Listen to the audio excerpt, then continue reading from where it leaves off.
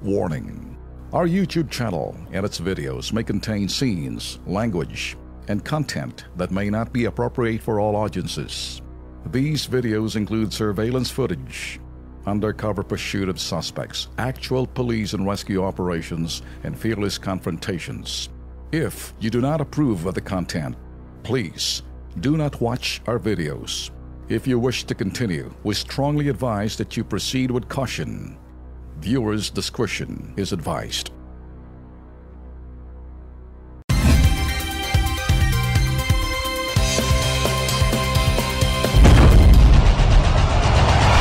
Luzon, Visayas, Mindanao, handa na ba kayo? KB, Kilos Pronto! KB, Kilos Pronto! Serbisyong totoo mga boss, ito ang sumbungan ng bayan. Ora mismo, aksyon agad at maaasahan. Sunod-sunod ang kilos sa pagbabalita. Nakatutok ang mata sa problema na nakikita. Lahat ng question ay may solusyon. Sa bawat hinaing katumbas ay aksyon. Kilos Pronto! Di ka na magtitiis at mabibigyan ka dito ng resulta mabilis. Dahil ang bitag, walang pinapalagpas. Sa tropang Ben Tulfo, wala kang ligtas. KB, Kilos Pronto! KB, Kilos Pronto! Ipaglalaban ng karapatan, problema'y matutugunan. Maraming katanungan dito ay masusolusyonan. Kilos Pronto! Kakampi ng masa, humanda ang lahat. Sa bawat abusado, ito na ang katapat. Napakatibay na programa na inyong hinahangad. Walang patumpik-tumpik at kumikilos agad-agad. Kilos Pronto! Ang ating sumbungan, madaling lapitan at agarang kang matutulungan. Na kahit anong krimen, handa naming harapin. Basta hustisya'y makamit, lahat ay aming gagawin. KB, Kilos Pronto! KB, Kilos Pronto! KB, Kilos Pronto! Okay, Martes, 28 ng Pebrero. Magandang gabi, Pilipinas. Kumusta ho kayo mga viewers ho namin overseas, mga Pinoy ho? Diretso na tayo, Alexa. Road rage, isinuko na ng kaibigan ng suspect ang Land Cruiser na ginamit. Nakipag-ugnayan ang pamilya sa QCPD. Kita mo naman to, Lex, gagawa ka ng krimen, putok sa buho ka, pagkatapos mamaya, nakikita mo mainit ka na, bigla kang iso. Ang sinuko, yung sasakyan. Yung sasakyan pala. Pero yung suspect na kumag, ito, nakikita nyo ngayon picture. Ang pangalan ho ng suspect ay nakilala na ho yan, ha? Ang pangalan ho niya ay si Fredison Sonson Atienza. High roller poker player pala to. Ay, nako. So, makikita mo, Lex, ano? Hindi ko maintindihan. Kanina, ito'y pinag-uusapan lang natin off the air. So, ito na ba yung sa picture na to nakikita mo ngayon? Yan siya pong suspect. So, ngayon po, Ben, ongoing po ang manhunt operation dito laban sa suspect. Ewan ko, itong kumag nito, ba't ayaw pang sumuko? Matindi ang kasalanan mo. Dapat sumuko ka na. Baka mamaya matukhang ka pa. Ito, masarap kung sumuko itong kumag na to. Dapat mabisita ang presinto. Pinopobya ang kanyang parehong dalawang tainga nang sa ganun makatikim siya ng sinasabing ringing to the ears or yung para magkaroon ka ng tinnitus. Antabayanan po ang update po niyan, ha? Susubaybayan po natin yan habang patuloy po tayo magpapalabas po ating po mga stories. Yan ang sinasabing breaking. Ito naman, breaking din. Dilawan ng emergency meeting. Nagpapanik nga ba o nagluluto ng pag-aalsa laban sa kay administrasyon ng President Digong?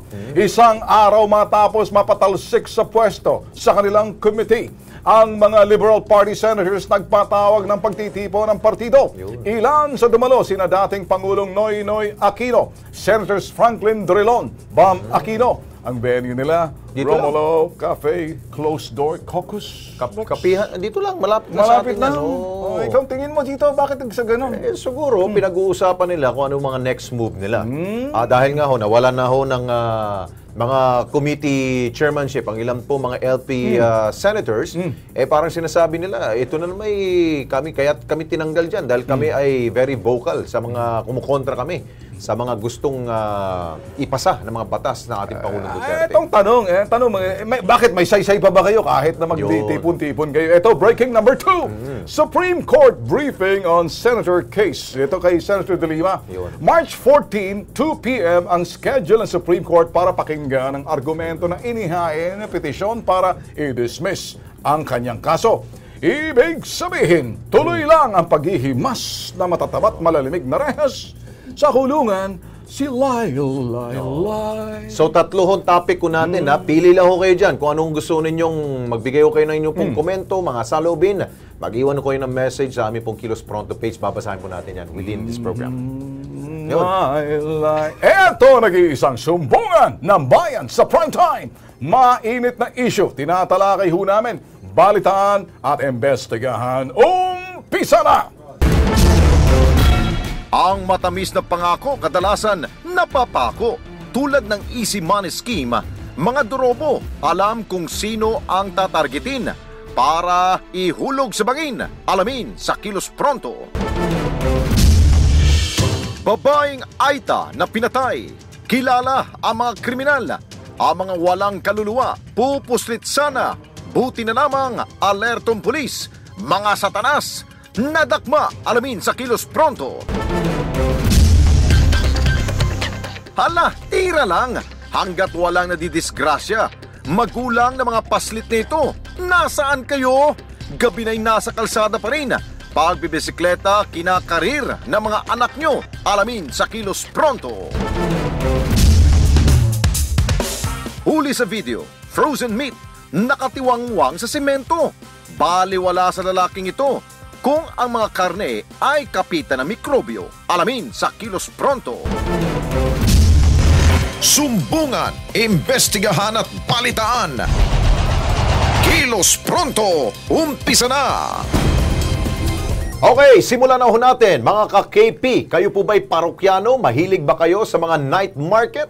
Naku po, kung inyo pong mapapanood itong amin po ipapalabasin nyo, yung mga bilihan ho ng karning baboy, gulay at iba pa. Abay kung oo, abay tingnan natin kung ano ang magiging pananaw ninyo matapos yung mapanood itong pong video ito. Ito po.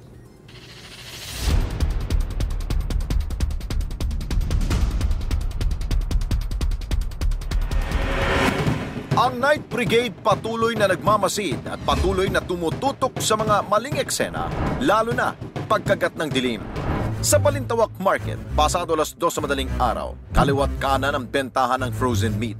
Pero nakapukaw ng aming pansin ang karne ng baboy na ito na nakalapag lamang sa semento. Ang nagsisilbing lalagyan niya, karton lang. Maya-maya pa, isang lalaki ang sumupot para tadtarin ang baboy. Gamit ang isang screwdriver, pilit niyang pinaghihiwalay ang mga nagyayelong mga karne ng baboy. Walang pakialam kahit ang karneng binubuno niya, dinadaan-daanan lang ng tao. Matapos siyang mapaghiwa-hiwalay ang mga nagyayelong mga karne ng baboy, agad niya itong dinala sa kanilang pwesto para ibenta. Samantala, habang busy ang kumag na lalaki sa paghihiwalay ng mga nagyayelong karne ng baboy, ang isa pang katabi ng KP team na isang babae abala naman sa paglalagay ng karne sa isang balde na nanggigitata. Ang kolokoy na babae, walang tigil sa paglalamas ng kanyang mga karning ititinda. Paalala ng Kilos Pronto sa publiko, dobleng ingat sa inyong mga binibiling mga karne sa merkado. Dahil ang nakuna ng Kilos Pronto Night Brigade na estilo, tiyak na bagsak pagdating sa sanidad.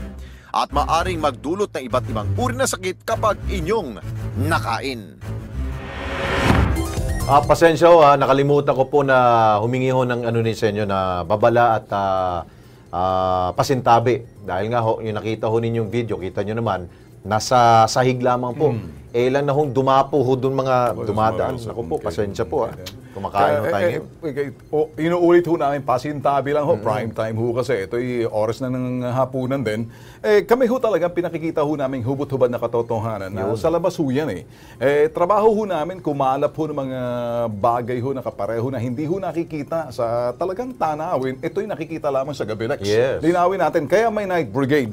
Kung napapanood nyo ho rito, ito mga ginagawa ho namin, ito ho'y parang pagbibigay ng kaalaman ng sa ganon, discerning ho kayo, mamimili na ho kayo. Hindi na ho namin sinisiraan yung mga night market. Subalit, marami hong nangyayari sa night market, patuloy ho namin tinututukan, patikim ng huyang. Diyan ho ninyo makikita yung sinasabing mga underground industry. Na kung saan yung mga bagay na hindi binibenta, binibenta pa. Bakit ho may night market, Lex?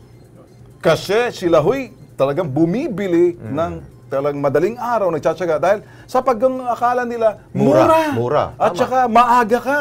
Pero doon nagsasamantala dahil... Akala nila early bird catches the first worm. Pero ito, Pero doon yung sekreto. Alam niyo yung sekreto? Ito ho, yung tinatanggal ho namin. Ito hong misteryo na dapat malaman nyo. Kasi may mga nangyayari ho dyan na baka nabibili nyo, tapos mapipinsala ho kayo dahil di naman ho pinakakain doon sa hapagkainan, bagkus binibili ho yan at tinitinda rin. Ano yung tawag doon, Ben? Di ba may mga sinasabi ho na mga bocha? No, Bocha, yes. yung mga frozen na yan. Alam ko, ang NMIS is stricto ho dyan, yung National Meat Inspection Service. Baka sir, baka siguro gusto ninyong samahan ng Kilos Pronto team para at least mahuli ninyo sino may gumagawa ho ng mga kalokohan mo dyan na hindi ho malinis ho ang kanila pong pagbebenta ng kanila pong mga karne dyan. Pwede ba ho? Kung gising sila. Ayun. Kasi kasagsagan ng tulog yan. Dito naman tayo, Lex.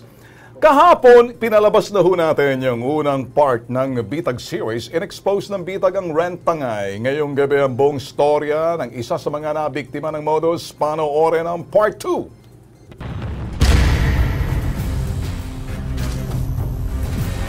Doon yung worry tsaka na hindi ko alam kung hanggang kailan kami magpa-follow up dito at kung tatagal pa to. Pag-alala at abala, ito na marahil ang dulot ng car investment scam na kinasasangkutan ni alias Jenny. Hanggang ngayon, hindi niya pa rin lubos maisip na ang magandang pakipag-usap na mga nasa likod ng modus nito mauwi sa isang tila masamang panaginip. Noong nakaraang taon, 2016, nilabas po yan sa Toyota po itong sasakyan namin bagong-bago po. Balak po nung mister ko, magkaroon nga po kami ng pagkakakitaan.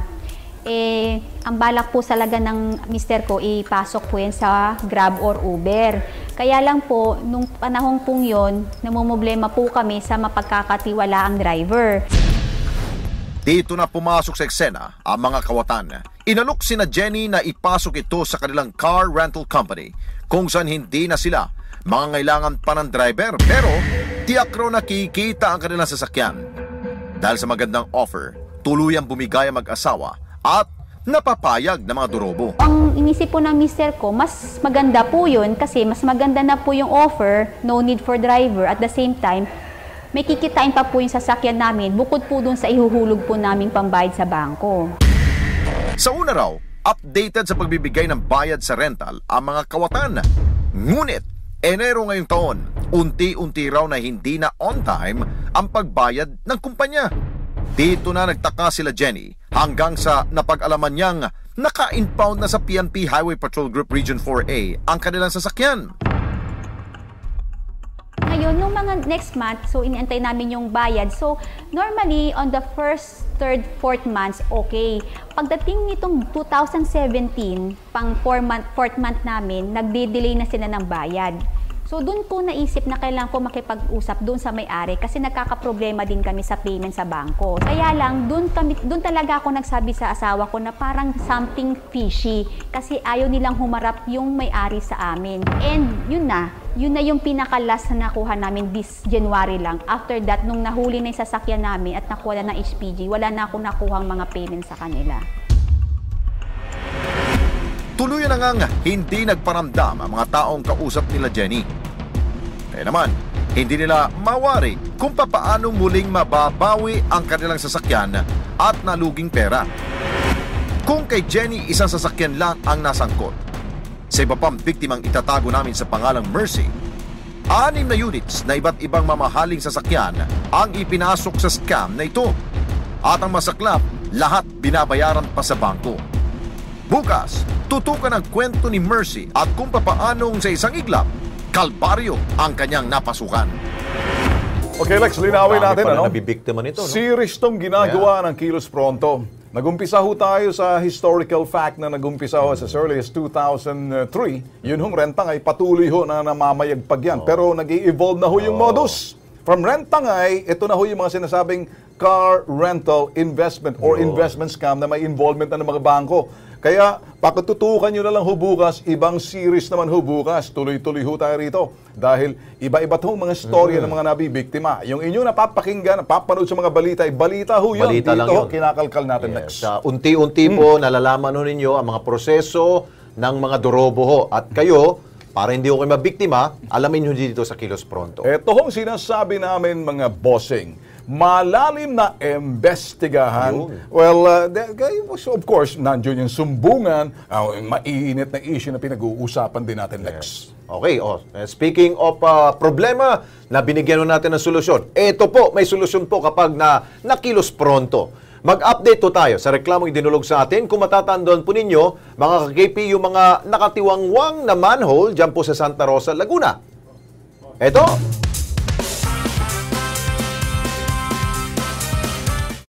Huwebes, nung nakaraang linggo, isang concerned citizen ang nagpadala sa atin ng video. Ayan tungkol ito sa mga open manholes na hindi man lamang isa kundi 15. Nangangamba tuloy ang mga dumadaan po dyan sa kabaan ng National Road ng Makabling, Santa Rosa, Laguna sa maaring idudulot nitong kapamakan. At kahapon, pinuntahan po ng KP team.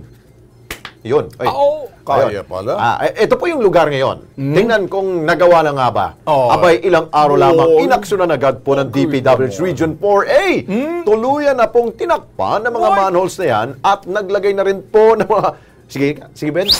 Yan. Ang caution tapes doon sa mga isinasagawa pa rin. Ay, galing. Galing naman talaga itong Region 4A. Sabi ko sa'yo, Lex. DPWH, kaya kung sino mang regional director po dyan, maraming salamat. At ikaw ay bibigyan ng award ni Secretary Mark Villar. Ito rin yung bibigyan natin ng award dahil nahanap mo yung magic word. Yun. Magagalit si Sec niyan. DPWH Secretary. Pero inunahan mo na, bago magalit si Secretary ng DPWH si Sec Villar, ginawa mo ganyang aksyon, kaya purihin ka. Mabilis. Purihin ikaw. Magaling. Ayos Sana ay sumunod po yung ilang pang mga regional directors sa mga probinsya dahil madalas po, mga probinsya ang may ganun pong kahalintulad na problema.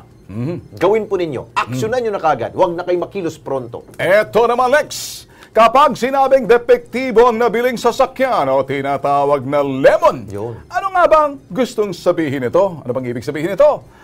Sa ating All Points Bulletin, tatalakayin ngayon sa Kilos Pronto ang Lemon Law. Panoorin.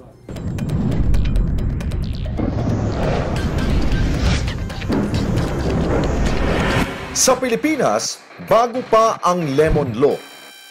Ganap itong naging batas taong 2013. Ang Lemon Law ay pinasa ng ating Kongreso at ito ay nagpapatungkol sa mga pagbili ng first-hand na automobile or auto vehicles. Actually, ang binibigyan pagkakataon dyan yung manufacturer na iwasto yung hindi tama. Dapat yung pag-ayos ay tungkol lamang doon sa isang non-conformity na ilang ulit na inayos na ayaw pa rin maayos. And it's limited in the sense that the complaints must be raised within 1 year, 12 months from the delivery or 20,000 kilometers, whichever comes first. Dalawang prosesong pwedeng pagpilian ng isang consumer na nakabili ng depektibong produkto o lemon. Wala ito sa jurisdiksyon ng mga regular court. Kung ang isang mamimili o may-ari ng sasakyan ay hindi siya sang-ayon na ipadaan ito sa Lemon Law, pwede niya pa rin ito isangguni sa DTI at ang kanya naman magiging background dyan o pagdesisyon ay ukol sa fair trade laws. Diyan papasok ang warranty, diyan papasok ang hidden defect, diyan na rin papasok yung hindi lang hidden, ngunit talagang may depekto. Sa parehong pamamaraan naman, may kahawig yan. Bagamat sa Lemon Law ay mas maraming beses binibigyan ang manufacturer ng pagkakataon na maiwasto yung pagkukulang doon sa regular fair trade laws, hindi required na dapat 4 o 5. Maraming mga maling persepsyon ang publiko sa Lemon Law. Paglilinaw ng Department of Trade and Industry, sa batas, ang Lemon Law ay napapatungkol lamang sa sasakyan. Kung ang iyong nabili na kagamitan ay hindi sasakyan, kung hindi cellphone, generator, TV, ano pa mang appliance, yan ay may existing fair trade laws na pwedeng magpatupad ng karapatan ng isang mamimili para mabigyan siya ng redress o solusyon. Okay, Lex. Gawin natin simple para sa mga simpleng mamamayan. Yun. Yung simple at hindi komplikado. Para Bali- umaarok sa kanila. Yan. Ito. Para maarok nyo, sabi ni Alex. Ano bang sasakyan pag binili ninyo sa manufacturer kapag medyo may defecto yung bago pa, ang tawag niyan lemon. Lemon, ibig sabihin may defecto mula sa factory. Ito ang tanong kasi hindi pa humalinaw sa Kongreso dahil wala hong regular court na humahawak dito bagkus Yes. kinakailan patibayin ng batas. Nababagabuntot ng ibang mga kongresista natin na gumawa ho ng sinasabing batas laban sa lemon law. Ang lemon law sa bansang Amerika, sa ibang bansa, pwede isauli, nire-recall, pinapalitan. Papalitan ng brand new, Yan. agad, oo. Nangyari na ho sa akin yan nung ako'y nasa Amerika. At pagkatapos mga 15,000 miles to 20, 30,000, basta within the year's time, sinauli, pinalitan ng bago. Sa Pilipinas, iba ho rito eh. Sigurista ho yung mga manufacturers. Naalala mo yun? Nagsimula rin yan, gusto hong panagutin yung pong isang company. Dahil yung bigla na lamang hong humaharurot yung sasakyan na hindi mo naman tinatapakan doon yung silinador, biglang parang kalabaw na gustong kumawala. Ngayon, yung parte yung iba yun. Ano? Oo. Hiwalayin natin. Yung lemon law na talagang May sira talaga. may sira talaga na dapat palitan. Ang ginagawa ng mga manufacturers, hanggat sa magsawa ka, ipa-repair Ayos. ng ipa-repair, mabubuisit ka. Oo. Ang kasalanan mo, malas mo. Yung nabili mo, malas. May depekto nung ito yun. po'y ginagawa pa. Yun, dapat yung sinasaulit, pinapalo sa ulo ng mga manufacturer, kinikis-kis yung mga mukha nila, hinahampas-hampas yung mga kokote nila roon. Kaya nga Ngayon- minsan yung ilan po natin mga kababayan, mitikuloso kung Yes, bumili ng sasakyan yes. ngayon. Tama. Dahil ayaw nilang matulad Yes. sa iba na habang may sira, sir, aayusin lang po natin yan. Yan. Ganun lang, Laging ganun lang. pasok sa Yan. sa talyer, pasok sa kasa, Na. hanggang sa buong taon na ninyo yan, ganun ang gagawin ninyo. Perwisyo pa rin. Perwisyo. Ngayon, sa iba naman, itong mga sinasabi nila doon sa mga sasakyan na medyo basta't parang akala mo na possess, ibang storya yon. We wanna be very fair dito. Ano? Kasi para, ang gusto lang ho namin sabihin dito, kasi yan iniimbestigahan kung nga ba'y yun ba talaga ganun or may problema ang driver o whatever it is, kasalukuyan kasi kung meron man, sigurado daan at papasok ang hukuman dyan. Dito tayo, Lex. Okay. Another issue. Dilawan, yung mga dilaw, Liberal Party, nag-emergency meeting, nagpapanik nga ba o nagluluto sila na pag-aalsa laban sa administrasyon ni Digong? Isang araw matapos patalsik sa pwesto sa kanilang komite, ang mga Liberal Party senators nagpatawag ng pagtitipon-tipon ng partido. Ilan sa dumalo, sina dating Pangulong Noynoy Aquino, ako ang boss nyo. Senators Franklin Dillon at Bam Aquino. Yan lang siguro, I'm sure ang pinag-usapan doon, tayo ay confirmed minority na tayo. Hindi na tayo nagpapanggap na majority. Di tulad dati, nakasama tayo sa majority, super majority. Ngayon, full-fledged, ano kayo?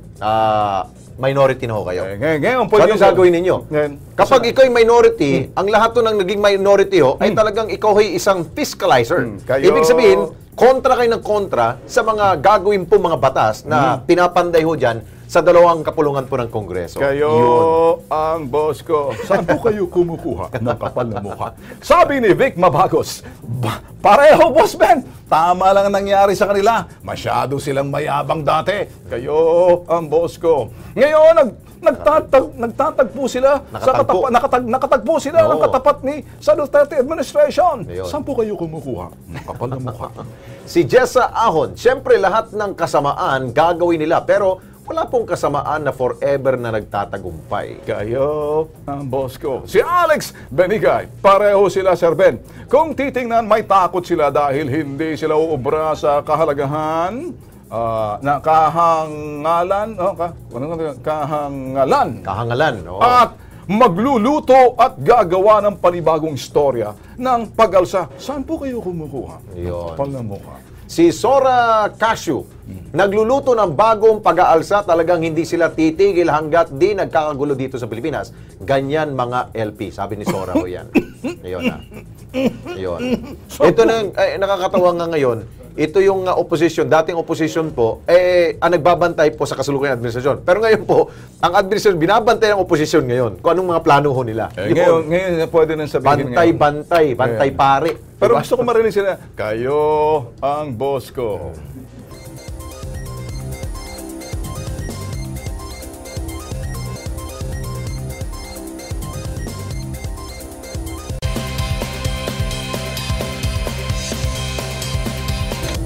Okay, nagbabalik po ang Kilos Pronto. Pasintabi po muli sa ating po mga manonood dahil po maselan ang inyo pong makikita pong kwentong ito. Kahapon, ipinalabas natin dito yung part 1 ng kaso ng isa pong Aita sa Hermosa, Bataan na nakita pong nakabigti sa puno.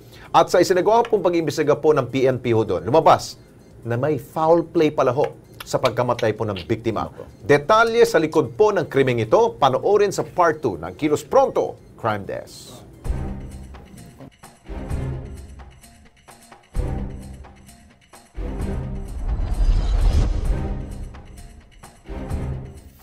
Naagnas habang nakabitin sa puno ang bangkay ng Chinese Aita na si Angelique Charlotte Bulatao nang matagpuan siya sa kagubatan ng Sitio Pastolan sa Hermosa, Bataan.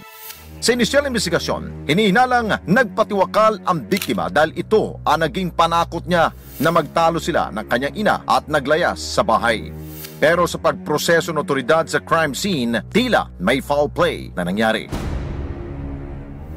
At makita namin na yung lugar kung saan siya nakasabit, masyadong napakataas ito para sa isang babae na 4 na buwan pang buntis para siya ay magpakamatay. At isa pa ron, napansin din ng aming grupo at nang dumating na yung soko na yung biktima ay walang lower garment. Humingi na ng tulong ang Hermosa PNP sa Criminal Investigation and Detection Group o CIDG ng Bataan Police Provincial Office para magsagawa ng re-investigation sa kaso ni Angelique. Base sa autopsy report ni Angelique, bukod sa positibo siyang hinalay, tinorture umano ang biktima. May ipinasok na matigas sa bagay sa kanyang maselang bahagi at nawawala ng sanggol sa kanyang sinapupunan. Nagtamo rin siya na matinding tama sa mukha. Indikasyon pinalo siya na matigas sa bagay. Buntis yun. Tapos sabi doon, wala daw ba? Tapos nakalabas na yung ano niya rito. No? Wala siyang pante. Ang karumal-dumal na krimeng ito, hindi lang daw iisang tao ang gumawa. Yung kubo na tinutuluyan nila kung saan nangyari yung panggagahasa. Nakakita nga kami ng bloodstains sa bed niya, sa bedsheet. And then sa mga ilang piraso ng damit doon na may bahid ng dugo. Ang mga electrical cord, nylon wire, industrial hand gloves, sapatos at tsinelas na natagpuan sa crime scene, kinumpirma ni Roda na pagmamay-ari ng kanyang live-in partner na si Romel Ponyo, 39 anyos, at ng 3 nitong katrabaho sa construction na sina Melchor Zapanta, 45 anyos, Ricky Rendora, 49 anyos, at isang hindi pa kilalang lalaki. Napawang mga bisitang pinatuloy niya sa bahay. Para mapagtakpan lang yung ginawa nilang panggagahas at pagpatay, pinalabas nilang nag-suicide ng bata. Sa follow-up operation ng CIDG, nasakote nila ang mga suspect na nag-aal sa baluta na at pataka sa lugar. Naharap ang mga suspect sa kasong rape with homicide. Grabe pa ginawa nila sa anak ko. Hindi ano. Ang gusto ko sa kanila, yung pahirapan din sila. Kung anong ginawa nila, sana maranasan din nilang ganun yung kahirap. Ako, Lex, Sobra ho yun. unang sa lahat ako, kino-congratulate ko yung mga PN pero sa Bataan. Iba talaga Except dun pag sa isa. masusi ang ginawa pong investigasyon, masosolve talaga ang krimen. Pero para sa akin, Lex, yung mga tatlong at sa baluta na, tatakas na. Tatakas pa. Makikita mo yung flight is guilt. Di ba? Kaya doon sa dalawa na, kung hindi lang ho siguro, ako nag-iisip lang ako parang dumarating lang kuminsan sa aking isipan. Na parang kuminsan tinitingnan ko kung paano mag-isip itong mga putok sa buhong kriminal na to.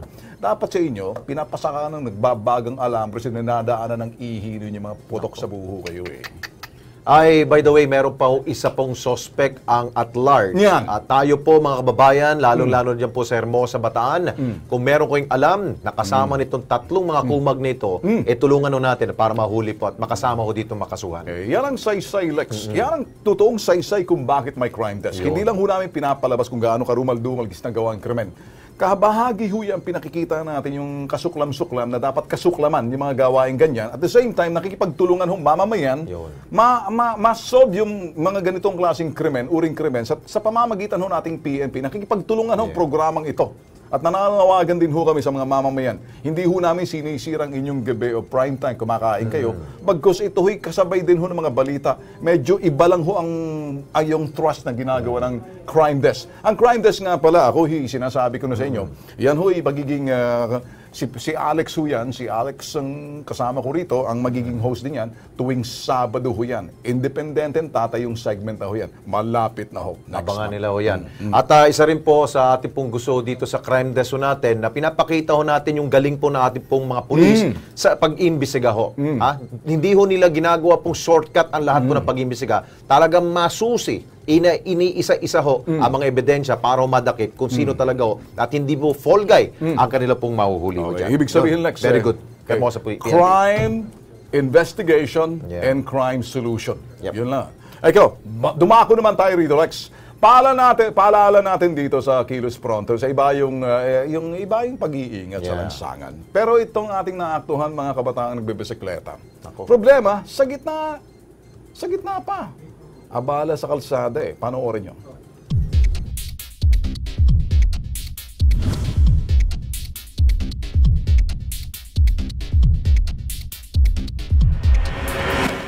Tandang Sora Avenue sa Commonwealth, lungsod ng Quezon.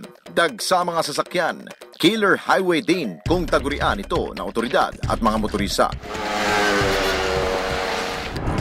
Pero tatlong itlog na aming naaktuhan, mukhang minaliit ang peligrosong lansangan. Walang kaabog-abog, nagbibisikleta sa gitna ng kalsada. Ang inakala nilang laro, hindi nila alam disgrasya pala ang pwede nilang mapala. Mga bossing na traffic enforcer, mag-alas 11 pa lamang ng gabi pero wala na nagbabantay sa inyong teritoryo?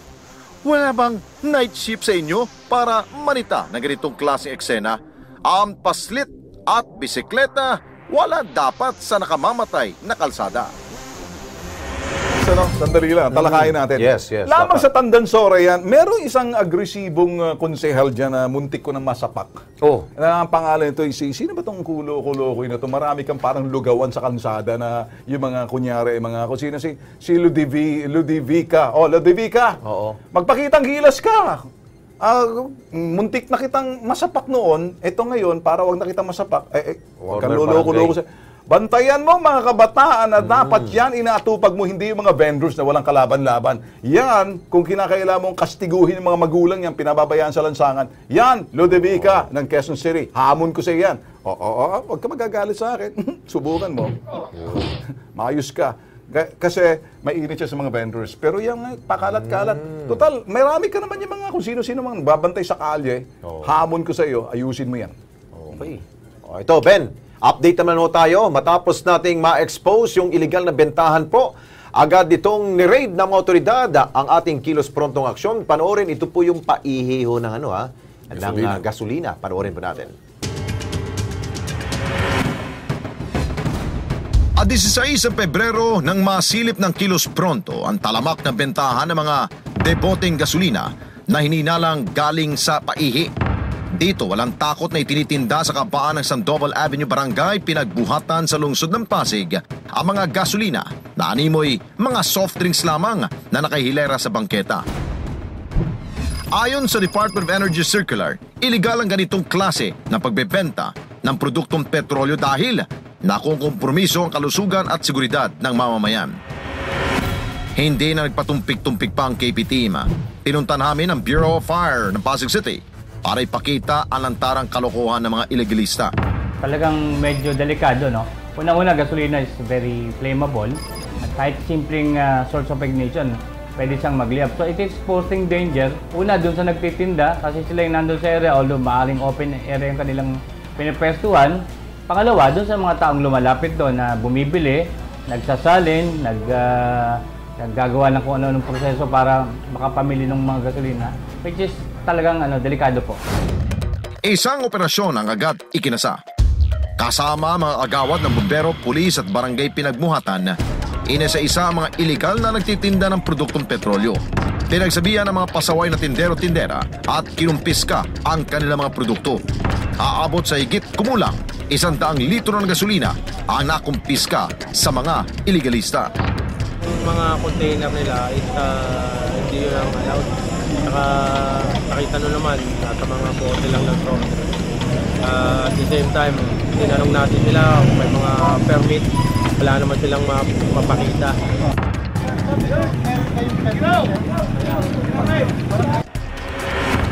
Lex, paalaala lang sa inyo kung kayo ho'y nagtitinda ng mga gasolina at yung mga crudo galing sa paihi, kapag kayo nakilos pronto at sino mang may naalam dyan sa mga lugar ninyo na ganyan ang negosyo, hindi naman sa hinuhuli natin, illegal ho yan. Madali ho sa atin ang mag-parade, Lex. Para ho sa safety ho ninyo, baka hindi ho naintindihan ng mga parokyano ho dyan, bumibili ho sa mga ganun pong klase ng kalakaran, yan po'y para ho sa safety ninyo. Yan.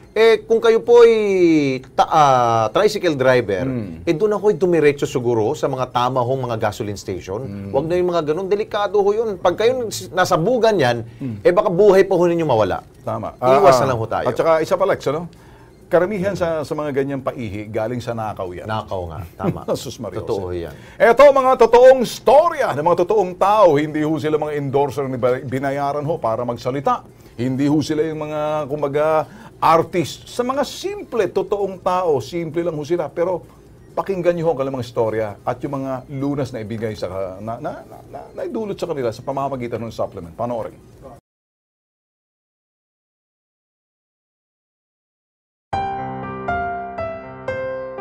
Ang naging karamdaman ko, high blood at arthritis. Pag umatake ang arthritis ko, napakasakit. Hindi ako makalakad, hindi ako makagalaw.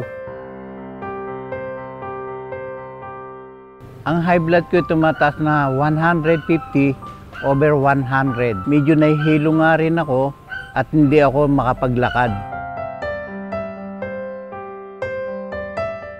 Ang misis ko nagturo sa akin na uminom ng King Herbal.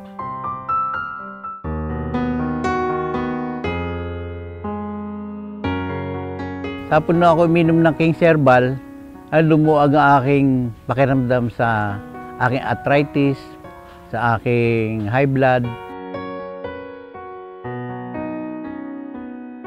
Ang sabi sa akin ng doktor, medyo bumaba ang aking blood pressure. Nagpapasalamat ako sa pag-inom ko ng King Herbal. Guminawa ang aking pakiramdam at nakapagtatrabaho na ako ng maganda.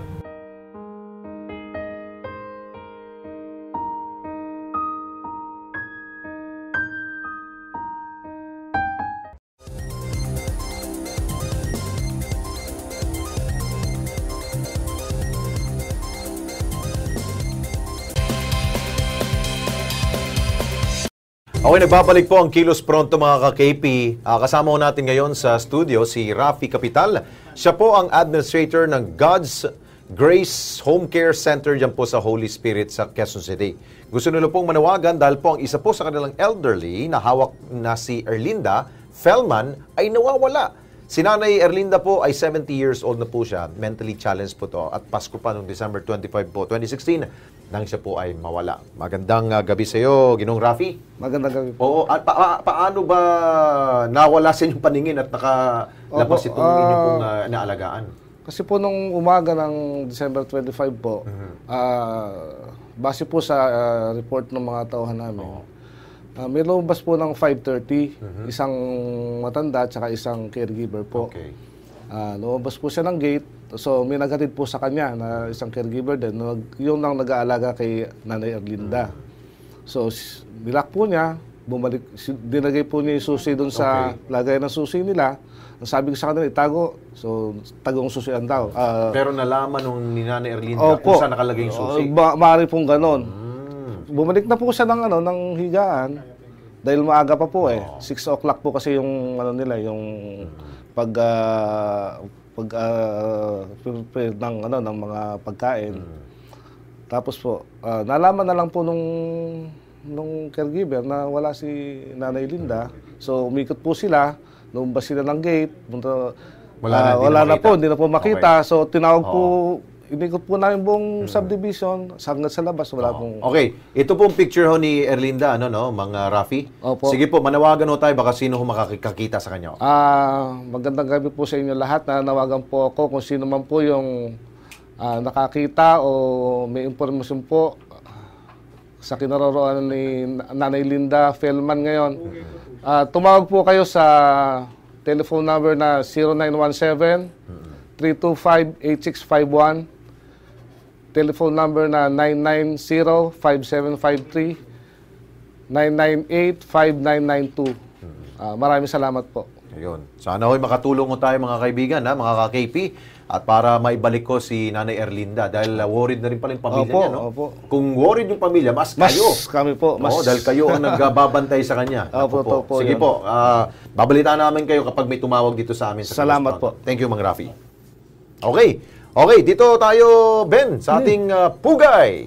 Ay, paborito mo yung pizza, no? Ito'y Pizza for a Cause. Restaurant po to na masarap ang pagkain. Ang kinikita pala o doon, ito ginagamit sa kanila pong outreach program. Magandang pong negosyante na. Sino kaya sila? Panoorin po natin. Dinalupihan Bacon, Hermosa Chicken, Orani Burger, Samal Ham and Cheese, Abukay Favorite, Balanga Pride, Pilar Pepperoni, Morong Delight, Bagak Special, Orion Supreme, Limay Combination, at Mariveles Tuna. Ang isang dosenang mga freshly baked pizzang ito, hindi lang katakam-takam kung hindi may kasaysayan. Matitikman naman ito sa 1754 Pizza sa Bataan. 1754 Pizza is the founding year of Bataan. From then, nag-conceptualize kami. Tapos, pinangalan na namin yung aming first 12 pizzas. 11 municipalities and Long City of Bataan, which is Balanga City.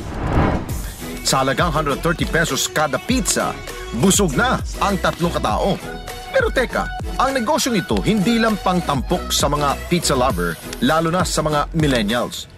Bibigyan pugay ninyo ang mga simpleng taong nasa likod ng 1754 Pizza. Dalang layo nila, hindi lang kumita, kundi magkakawang gawa sa kapwa. Board members namin na bumubuo dito sa 1754 ay also 12. So these are 12 families coming from middle and below class families na tinulungan para maging part owner ng aming business.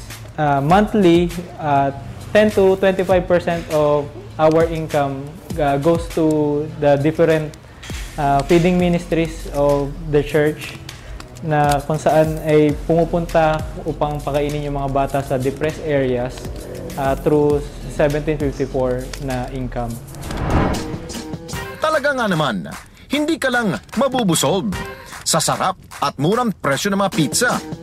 Nakakataba rin ang puso na sa pagbili mo, ilang tiyan na mga kapuspalad ang makikinabang.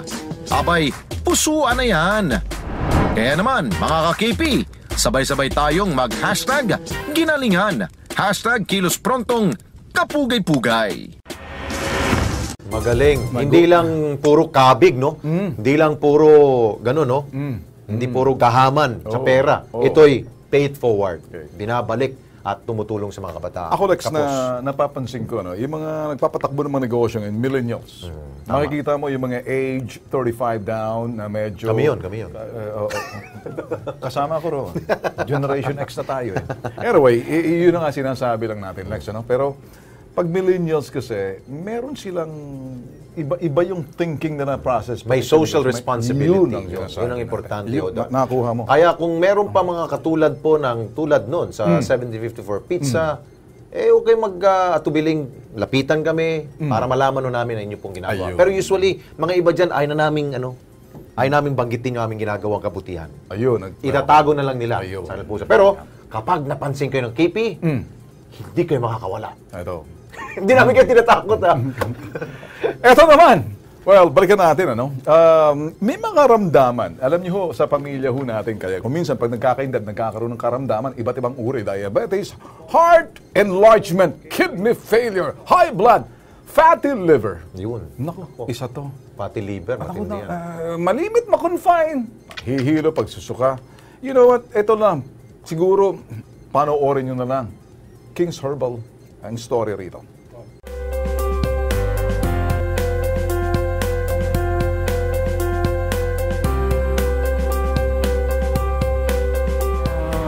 Nalaman ko na may diabetes ako noong 2000. Pinabayaan ko lang dahil malakas naman ang katawan ko. Dumating ng time na umatake sa akin, na-confine ako. Doon ko nalaman na marami na pala akong karamdaman. Heart enlargement, fatty liver, kidney failure, may UTI pa pala, high blood. Napanood namin sa TV. Noong time na ininom ko na, 4 days, malakas na ako. Kinabukasan, ika 5 days, nagja-jogging na ako. Nawala yung gumaganon sa puso ko, yung parang inuuod na. Yung gutumin nawala din. Kahit pagod ako, noon hindi ako pwedeng mapagod. Ngayon kahit pagod ako, okay lang sa akin.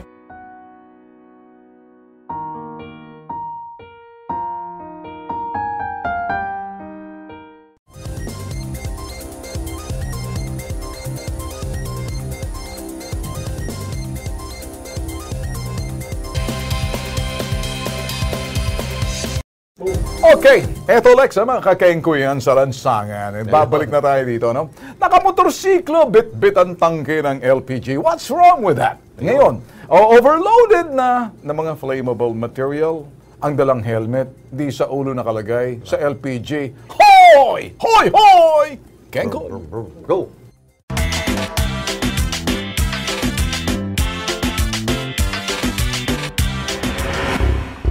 Iba't ibang klaseng aksidente ang nababalita tungkol sa motorsiklo. Kadalasan kung hindi kritikal ang kondisyon, kamatayan ang kinahantungan ng biktima. Pero ang riding in tandem na ito sa kabanang IBP Road sa Quezon City mukhang walang pakialam. Habang humaharurot sa lansangan, nakasabit sa kanilang motor ang tangke ng LPG. Ang aling angkas sa halip na isuot ang helmet, sa tangke lamang isinabit. Tuloy ang kanilang road trip, hindi iniisip na sa isang pagkakamali, dilubyo ang kanilang maaring sapitin. Nasaan kaya ang otoridad na dapat sana'y pumara at sumita sa kanila? Hoy, hoy, hoy mga kengkoy na rider! Itigil nyo ang inyong istilong yan. Tandaan, nasa huli ang pagsisisi.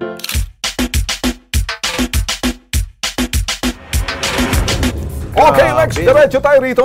March 14, 2 p.m. ang schedule ng Supreme Court para pakinggan ang argumento sa inihaing petisyon para i-dismiss ang kanyang kaso ni Laila de Lima. Ibig sabihin, tuloy lang ang paghihimas ni Laila de Lima sa malalamig at matatabang rehas ng kulungan. Noong sa inyo, mga ka-KP. Ito, sabi ho ni Graham Carter, kulang pa yan, Sir Ben at Sir Alex. Dapat sa kanya bitayin dahil isa siyang protektor ng mga drug lord. Si Melody Tizuka, mas mabuti na rin siguro na maghimas na lang siya muna ng rehas kaysa magkalat siya ng lagim sa labas ng kulungan. Ito, sabi ni James Santiago, mahina naman yung kaso Pinaranas lang talaga sa kanya na makulong.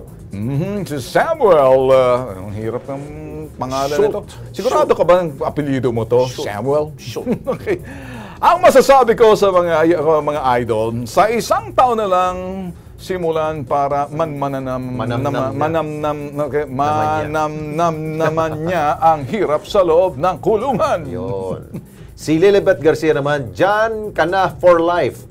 Hindi ka na makakalabas. Si Piggy Snooker, ha ha ha, rehas na ngayon, hinihimas, hindi na saba. Binabasa na lang namin to, mga boss. Wala ho kaming sala. No filter. Unfiltered ho to mga that's Mario. Wala na? Wala na? Medyo overtime na ba tayo? Hindi pa. Boss Dino, happy viewing ho. Well, kasalukuyan Lex, update lang tayo. Yung pwede ba ninyo ibalik yung picture? Yung si Atienza. Yan. Ito, mainit ang ulo namin dito sa mga kumag na ganito na agrabyado ho sa ating mga kababayan nang dahil lang po sa road rage nito. Hoy, makinig ka! Ano to? Sonson Atienza, no? Sonson. Sonson Atienza. Habang maaga pa, sumurrender ka na. Huwag mo nang pahirapan pa ang PNP. At managot ka sa ginawa mo pagpatay dito sa isa po nating tsuper. Alam mo, ikaw, Sonson Atienza, ginagamit mo ang batas sa katarantaduhan, kalokohan mo eh. Alam mo, gusto mong sumuko after 36 hours. Kasi yan, gagamitin mo ang lakas ng yung sinasabing legalidad, Lex, na makapagpiansa ka pang kumagke. Alam mo, kung makita lang kita sa lansangan, ay ahampasin ko sa ulo mo to eh. Hindi ako violente, nagpapaliwanag lang. Mario Yung pong mga kumukubli sa kanya, mga nag-aalaga dyan kay Sonson Atienza, pakiusap po, i-surrender na ho ninyo yan. Huwag na ho ninyo pa yung... Ano raw? Ano daw? Sumuko ka na! Yun! Sumuko ka na! Sumuko ka na! Yun. Maayos ka! No, pakibati ho, birthday ni Dino Medina. Happy birthday, Dino. Okay, si Dino. Hindi si Boss Dino. Hindi. Tapos na birthday nun. Tapos na yun eh. Ayun. Okay.